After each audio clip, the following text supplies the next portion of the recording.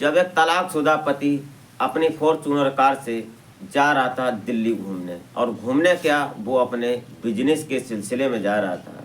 छिबरा मऊ बोलते हैं जिसको। उस छिबरा मऊ में जब वो पहुंचता है तो वहाँ जाने के बाद उसके जो बीच में एक जगह पड़ती है सौरिख तिराहा। उस तिराहे पर वहाँ पर कुछ लोग ऐसे खड़े होते हैं जो दैनिक स्थिति उनकी खराब होती है, कुछ पैसे मांगने का और वो सिस्टम करते हैं अपना। तो वहाँ पर कुछ महिलाएं खड़ी थी, कुछ बच्चे खड़े थे, और जब वो फॉर्च्यूनर वहाँ रुकती है तो गाड़ी को देखकर वहाँ पर कई एक बच्चे और महिलाएं भागकर जब आती हैं, उसके बाद उसमें से जब एक खिड़की खुलती है, गिलास नीचे होता है, तो वहाँ पर जब वो पैसे देने लगते हैं तो पता चलता है कि उसमें एक महिला पीछे से आवाज़ लगाती है और बोलती है कि बाबूजी मुझे तो मिला ही नहीं। जब वो गाड़ी का मालिक जब पीछे मुड़कर देखता है तो पता चलता है कि उसकी जो तलाकशुदा पत्नी थी वो वहाँ पर थी और वो भीख मांग रही थी, जबकि उसको एलो मनी में उसने 50 लाख रुपए दिए थे। कौन थी वो महिला और कौन था वो पति, क्या सिस्टम बना है इसका, वो जानेंगे इस वीडियो में। तो आप इस कहानी में अंत तक जरूर बने रहिएगा और कहानी को समझने की कोशिश करते हैं, और आशा करते हैं कि आप अपनी फैमिली अपने परिजनों के साथ बेहद खुश होंगे, मस्त होंगे। और वीडियो में आगे बढ़ने से पहले आपसे बस वही एक छोटी सी रिक्वेस्ट कि अभी तक अगर आपने हमारे चैनल को सब्सक्राइब नहीं किया है तो प्लीज़ सब्सक्राइब कर लें, और वीडियो अच्छी लगे तो एक लाइक ज़रूर कर दिया करें, ताकि हम आपको एक से एक सटीक कहानियाँ और खबरें सुनाता रहूँ। तो हमारे इस यूट्यूब मंच पर आपका बहुत बहुत स्वागत है। मैं आभार व्यक्त करता हूं, आपको नमन करता हूं आपके प्यार और सपोर्ट को। तो नमस्कार, आदाब, शास्त्रीय काल। मैं अजय कोहली। आज की जो सच्ची घटना मैं आपको सुनाने जा रहा हूँ, घटना उत्तर प्रदेश का एक जिला पड़ता है कन्नौज, और कन्नौज का एक थाना क्षेत्र पड़ता है तिरवा। तिरवा के रहने वाले सत्येंद्र चौहान, जबकि सत्येंद्र चौहान के परिवार में कुल 2 ही लोग होते हैं, उनकी माँ और सत्येंद्र चौहान होते हैं। सत्येंद्र चौहान की माँ जो मालती देवी होती हैं, ये अब बुजुर्ग हो चली थीं, और जो सत्येंद्र चौहान थे उनके पिता कुछ समय पहले ही गुजर चुके थे। उनका मोटा कारोबार था, वो कन्नौज में परफ्यूम का उनका बड़ा बिजनेस था, और उसके सिलसिले में वो अक्सर बाहर आया जाया करते थे। उनकी शादी हो जाती है और एक सुशील पत्नी उनको मिलती है जिसका नाम रूबी होता है। अब जो रूबी थी, रूबी अपने घर से मजबूर थी और उसके माता पिता नहीं थे। उसकी शादी जो की थी, उसके मौसा मौसी होते हैं और उनकी एक बड़ी बहन होती है जो कि उसके बहनोई थे, उन लोगों ने उसकी शादी की थी। समय का पहिया धीरे धीरे चल रहा था, लेकिन एक दिन ऐसा वक्त आ जाता है कि जो रूबी होती है, रूबी के जो मौसा मौसी होते हैं और जो जीजा थे उसके, उन लोगों ने इसको भड़काना शुरू कर दिया, क्योंकि उन्होंने देखा कि सत्येंद्र चौहान के पास मोटा पैसा है और उनके कुछ कोल्ड स्टोरेज भी थे। तो उसने उन लोगों का प्लान ये था कि अब इसको वहाँ से छुड़ाओ, और उसके बाद इसको जो एलोमनी में पैसा मिलेगा उससे हम लोग मौज करेंगे। ये सब सिस्टम उन्होंने अपना प्लान बनाया और इधर रूबी को भड़काना शुरू किया। अब रूबी और सत्येंद्र में आए दिन नोक झोंक होने लगती है। ये सब चलने लगता है, धीरे धीरे बात यहाँ तक पहुँच जाती है कि एक दिन रूबी अपनी सासू माँ, जो रूबी की सासू थी, जो कि मालती देवी, उनसे ज़्यादा तड़प झड़प हो जाती है, और ये बात कहीं ना कहीं सत्येंद्र चौहान को जमती नहीं है। उन्होंने उनको बोला कि रूबी, तुम बताओ तुम क्या चाहती हो, लेकिन घर में कलेश मत करो। सत्येंद्र चौहान जो थे वो एक बहुत अच्छे इंसान थे, दिल के साफ थे और नेक दिल व्यापारी थे। उन्होंने उसको समझाया, और उसके बाद रूबी तो चाहती थी कि उसको तलाक मिल जाए। उन्होंने कहा कि जो रूबी ने बोला कि मुझे तलाक चाहिए तुमसे, मैं तुम्हारे साथ रह नहीं सकती। सत्येंद्र ने जो हंसी खुशी उसको बोल दिया कि कोई बात नहीं, दोनों लोगों की रजामंदी होती है और कोर्ट में अप्लाई किया जाता है। 2 महीने के बाद उनके तलाक के पेपर साइन हो जाते हैं और वो अलग अलग हो जाते हैं।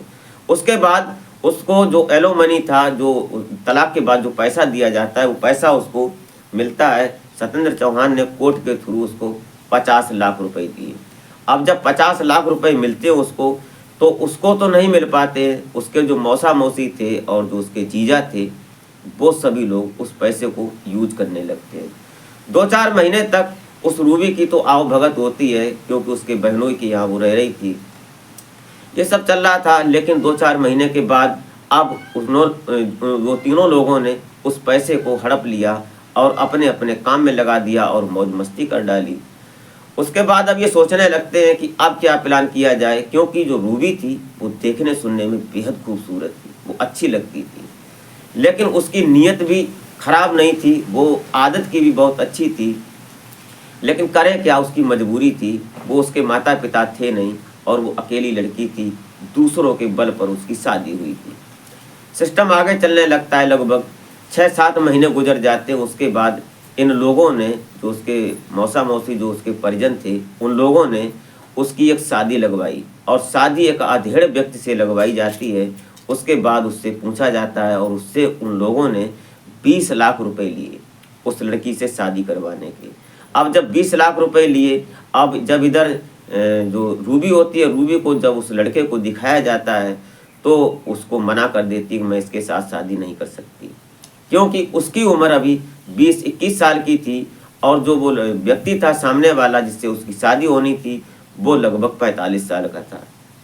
उसने मना कर दिया। मना करने के बाद अब वो फिर अपने घर पर ही रह जाती है। अब आए दिन उसका बहनोई और उसके जो मौसा मौसी थे उसको ताने देने लगते हैं कि अपने पति की नहीं हुई, ये किसी की नहीं होगी, हमारी कब होगी, और ये और वो उसको कुल मिलाकर तंगी करने लगते हैं।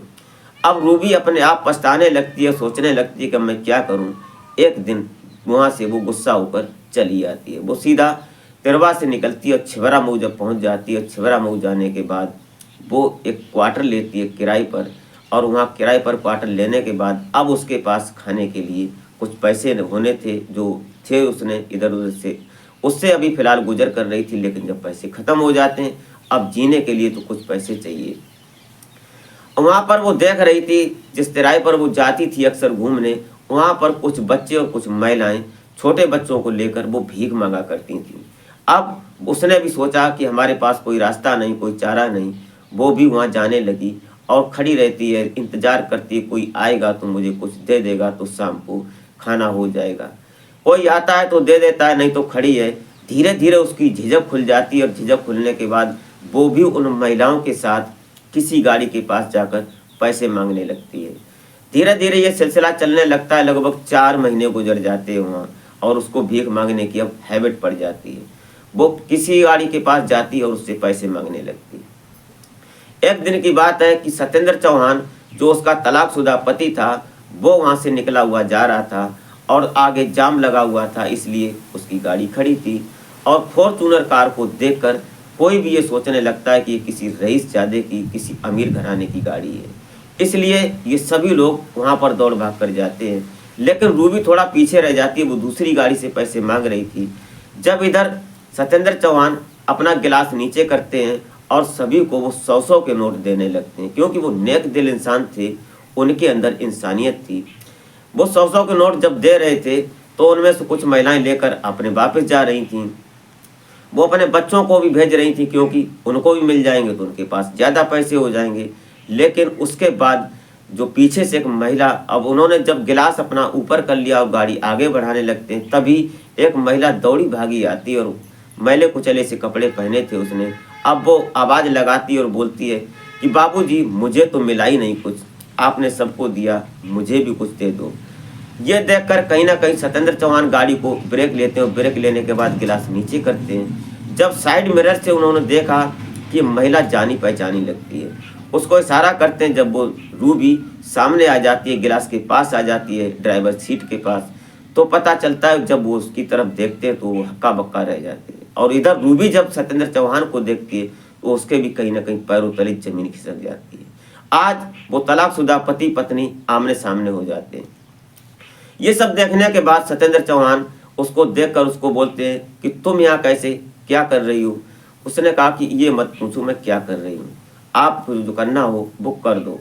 लेकिन तभी सत्येंद्र चौहान इशारा करते हैं कि उधर से घूम के आओ और उस सीट पर आओ। उन्होंने बटन दबाया और उधर की खिड़की खुल जाती है और जो रूबी होती है उस गाड़ी में बैठ जाती है। गाड़ी में बैठने के बाद सत्येंद्र चौहान रूबी को लेकर चलने लगते हैं और धीरे धीरे गाड़ी चल रही थी और फिर वो दोनों लोग बात करने लगते हैं। सत्येंद्र चौहान बोलते हैं कि चलो किसी होटल में बैठते हैं। वहाँ पर बैठकर किसी ढाबे पर चाय पीते हैं, उसके बाद बात करते हैं। छिबरामऊ में आगे निकलते हैं तो एक होटल पड़ता है, वहाँ पर बैठकर वो लोग चाय पीने लगते हैं। अब जब चाय पीने के लिए उन्होंने ऑर्डर किया तो उस गाड़ी को देखकर सत्येंद्र चौहान को तो ये लग रहा था कि ये कोई अमीर आदमी है, एक इज्जतदार और बड़े घराने का इंसान है, आदमी है। लेकिन उस महिला को देखकर ये नहीं लग रहा था कि ये इसकी पत्नी भी हो सकती थी। अब वो चाय तो दे जाता है वेटर, उसके बाद दोनों लोग बात कर रहे हैं। वो पूछ रही थी, सत्येंद्र चौहान पूछ रहे कि यहाँ तुम कैसे आई, क्या तुमको 50 लाख एलुमनी मिला था, तुम तो एक बड़े घर की बेटी थी, तुम्हारे पिता के कई ये कोल्ड चलते थे इसलिए तुम्हारी हमसे शादी हुई थी, वगैरह वगैरह ये पूछते हैं। लेकिन आज रूबी कहीं ना कहीं रो रही थी और सोच रही थी कि मैं क्या जवाब दूँ। तभी बाद में सब ये सत्येंद्र चौहान बोल लेते हैं, उसके बाद रूबी बोलती है कि ये बताओ माँ कैसी है। ये बात सुनकर कहीं ना कहीं सत्येंद्र के दिल में पानी आ जाता है। वो सोचने लगते हैं कि इसको अभी भी माँ की याद आती है, उसका दिल पसीज जाता है। उसने कहा कि माँ जैसी भी है वो तुमको हर दिन याद करती है, बोलती है कि बहू कब मिलेगी, रूबी को घर लेकर आओ, मैं अकेली हूँ, मुझे घर काटने को दौड़ता है, खाने को दौड़ता है। ये सब बातें हो रही थी। उसके बाद सत्येंद्र चौहान और रूबी की ये बातें होती हैं, हार्ट टच कहानी थी, बातें थी। उसके बाद दोनों लोग बात करने के बाद अब सत्येंद्र चौहान बोलते हैं कि मुझे दिल्ली जाना है बिजनेस के सिलसिले में, ऐसा करो तुम कहाँ पर रह रही हो। तो उन्होंने उसको बताया कि मैं फला जगह पर कमरा लेकर रह रही हूँ। तो सत्येंद्र चौहान वहाँ जाते हैं उसके साथ और उसको कुछ कपड़े दिलवाते हैं। कपड़े दिलवाने के बाद उसके कमरे में जब जाते हैं तो उसके पास इतनी व्यवस्था नहीं थी कि वो सत्येंद्र चौहान को चाय पानी कुछ करवा सके। जमीन पर उसने एक चादर बिछा रखी थी और उसी पर सोती थी। देखने के लिए रसोई में कुछ नहीं था, एक दो बर्तन थे, उन्हीं से वो गुजारा करती थी। ये सब देखने के बाद लेकिन उन्होंने उस कमरे में देखा कि एक तस्वीर लगी है और तस्वीर में रूबी और सत्येंद्र चौहान दोनों एक जैसे बेड्स होती है, जैसे शादी होती है, उसकी फोटो लगा रखी है उसने। वो देखकर सत्येंद्र चौहान वहाँ बैठ जाते हैं चादर पर और बोलते हैं कि ये तस्वीर तुमने क्यों लगा रखी है। रूबी रोने लगती है और बोलती है कि ये हमारी यादें हैं, हमारी शादी की यादें हैं, हम तुमको हर दिन हर पल याद करते हैं कि हमने बहुत बड़ी गलती की, लेकिन अब कर भी क्या सकते थे। तभी वो बोलते हैं कि हमारी तुम्हारी तो तलाक हो चुकी है, अब क्यों हमें तुम याद करती हो, क्यों फोटो लगा रखी है। उसने कहा कि मैं तुम्हारी थी, तुम्हारी हूँ और तुम्हारे ही रहूँगी, वरना किसी की नहीं हो सकती हमारे जीवन में चाहे कुछ भी हो। ये बात सुनकर सत्येंद्र चौहान बोलने लगते हैं कि कहानी बहुत लंबी है, अब तुम हमसे क्या चाहती हो ये बताओ मुझे। उसने कहा कि मैं तुमसे कुछ नहीं चाहती हूँ, बस ये चाहती हूँ कि माँ कैसी है। उसने भी अपना दिमाग लगाया और दोनों की बात होने के बाद सत्येंद्र चौहान बोलते हैं कि चलो लौट कर आते तब बात करते हैं, मुझे दिल्ली जाना है। वो वहाँ से निकलने लगते हैं। तभी रूबी आँख पोंछते हुए अपने पल्लू से और बोलती है कि रास्ते में जा रहे हो कुछ खा लेना, क्योंकि अकेले जा रहे हो। अब सत्येंद्र चौहान की भी आंखें नम हो जाती हैं, उनका दिल पसीज जाता है। वो सोचने लगते हैं कि इसके दिल में आज भी हमारे लिए प्यार है। वो वहाँ से चले जाते हैं। दूसरे दिन जब वो लौट कर आते हैं तो सीधा उसके कमरे पर आते हैं और आने के बाद वो उससे बैठते हैं और फिर दोनों बातचीत करते हैं। लेकिन आज रूबी का हुलिया जो था वो चेंज था। वो आज नहा धोकर फ्रेश होकर और अच्छे कपड़े पहनकर उसने जो एक सुहागन महिला श्रृंगार करती है वो सब करके वो आज बहुत सुंदर लग रही थी, खूबसूरत लग रही थी। ये सब देखने के बाद सत्येंद्र चौहान आज कहीं ना कहीं उनको वही रूबी नजर आने लगती है जिसको वो ब्याह कर ले गए थे, अपनी पत्नी बनाई थी। आज सत्येंद्र चौहान अपनी माँ मालती देवी से बात करते हैं और बोलते हैं कि माँ रूबी मिल गई है। तो माँ ये बात सुनती है तो माँ बहुत खुश हो जाती है, बोलती है कि बेटा कुछ भी करना, रूबी को एक बार हमारे सामने जरूर लाओ, मैं उसको देखना चाहती हूँ। ये सुनकर सत्येंद्र चौहान बोलते हैं क्या तुम चलना चाहोगी अपने घर। रूबी बोलती है उसके पैरों में बैठकर, उसके पैरों में माथा रखकर बोलती है कि मैं अपना जीवन तुम्हारे लिए समर्पित की थी और तुम्हारे बिना मैं रह नहीं सकती, मेरा जीवन कुछ नहीं है, मैं तुम्हारे साथ ही चलूँगी और उस माँ की सेवा करना चाहती हूँ। सत्येंद्र चौहान नीचे उतरते हैं। नीचे उतरने के बाद उसको अपनी गाड़ी में बैठाते हैं और वो अपने घर के लिए निकल देते हैं। अपनी माँ से बोलते हैं कि मैं रूबी को साथ लेकर आ रहा हूँ।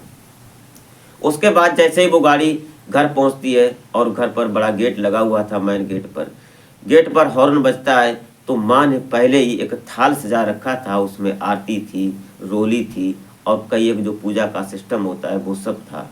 आने के बाद गेट खोलती है माँ, और गेट खोलने के बाद जैसे ही रूबी को देखती है तो पहले वो आरती उतारती है उसकी, और बड़े प्यार से रूबी उसके पैरों तले गिर जाती है, माथा रखती है अपनी सासू माँ के और बोलती है माँ मुझसे गलती हो गई।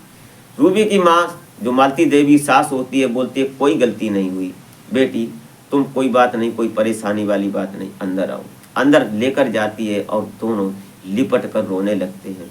और ये जब देखता है सत्येंद्र चौहान तो कहीं ना कहीं आज उसको ऐसा महसूस होता है कि उसको सुशील और सुसज्जित और एक बहुत होनहार लक्ष्मी उसकी पत्नी आज उसके घर वापस आई है। ये सब देखने के बाद अब सत्येंद्र चौहान और उसकी पत्नी रूबी और मालती देवी उसकी माँ तीनों लोग बड़ा खुश थे। घर में पार्टी चलती है, रिश्तेदार आते हैं और सभी लोग बड़ा खुश होते हैं। उसके बाद उनकी दोनों की ज़िंदगी फिर वैसे ही चलने लगती है जैसे शुरुआत हुई थी। लेकिन जब ये खबर उनके मौसा मौसी और जीजा को लगती है तो वो कहीं ना कहीं बड़ा दुखी हो जाते हैं और उनके अंदर टीस हो जाती है, क्योंकि उस बीच जो तलाक हुई थी 1 साल के लगभग, उसके बीच में रूबी ने कई बार चाहा कि वो सत्येंद्र चौहान से संपर्क करे, लेकिन उनके रिश्तेदारों ने सत्येंद्र चौहान से संपर्क नहीं होने दिया था, उसको फ़ोन ही नहीं दिया था, उसके पास फ़ोन था ही नहीं। वो कैसे बात करती, वो आज सारी बातें होती हैं। सासू माँ भी बड़ा हृदय से विदीन होती है। उसके बाद अब दोनों नॉर्मल हो जाते हैं और उनकी ज़िंदगी बड़ी हंसी खुशी चलने लगती है। दोस्तों ये रही कहानी, आपको कैसी लगी? अगर जरा सी भी अच्छी लगी हो तो एक लाइक ज़रूर कर दें, और चैनल को अभी तक सब्सक्राइब नहीं किया है तो सब्सक्राइब कर लें ताकि हम आपको ऐसी कहानियाँ सुनाते रहें। और इस घटनाक्रम को सुनाने का उद्देश्य किसी को हैरान या परेशान करना नहीं था, बल्कि जागरूक करना होता है कि समाज में आने वाला वक्त हमारे सामने किस शक्ल में आएगा जिसकी हमने कभी कल्पना नहीं की होती है, जिसकी हमें जानकारी नहीं होती है, और उसी को आगाह करने की कोशिश करते हैं। मिलते हैं फिर नेक्स्ट वीडियो में, तब तक के लिए